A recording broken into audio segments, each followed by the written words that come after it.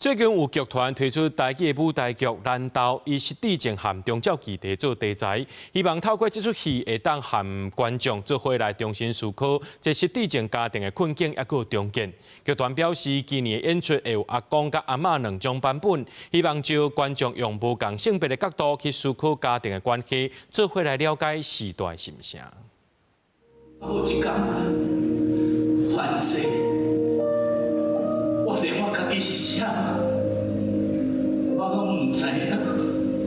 甲失智症的狀況，比如做一個破空的水桶，記憶對時間一點一滴流失。這是第4人稱表演型的舞台劇《難斗》。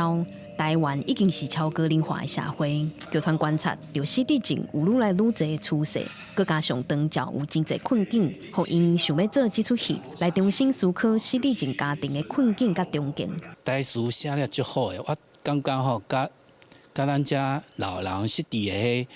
狀況足大嘛的，有當時安尼凊彩念念的吼，你家母皮啊目屎都會流落來。難斗的背景是一個平凡的家庭，厝內有着失智症的時代，爸母的婚姻出問題，囡仔因為孤單自我傷害，一個伙仔雖然相愛，卻也互相傷害。去年演出敢若有阿公的版本，今年閣另外推出阿嬤的版本，希望招觀眾用無同性別的角度去思考家庭的關係。阮家己的媽媽嘛是有失智，所以我佇這出阿嬤的版本的故事內底，就看到。阮一個為少年一直為了家庭付出打拼，忍耐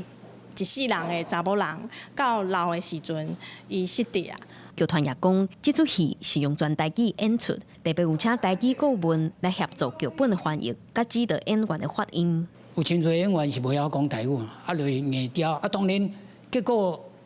無可能大家滿意啦，吼。毋過我就是講，這就是咱推動台語的決心啦。難斗這出戲對8月29開始陸續在台北、彰化甲桃園攏有演出。劇團希望把這出戲獻予每一個捌佇家庭關係當中受過傷、渴望得到理解的人，也期待透過台語演出，讓少年觀眾了解時代的心聲。記者顧玉麒、林佩凱台北報道。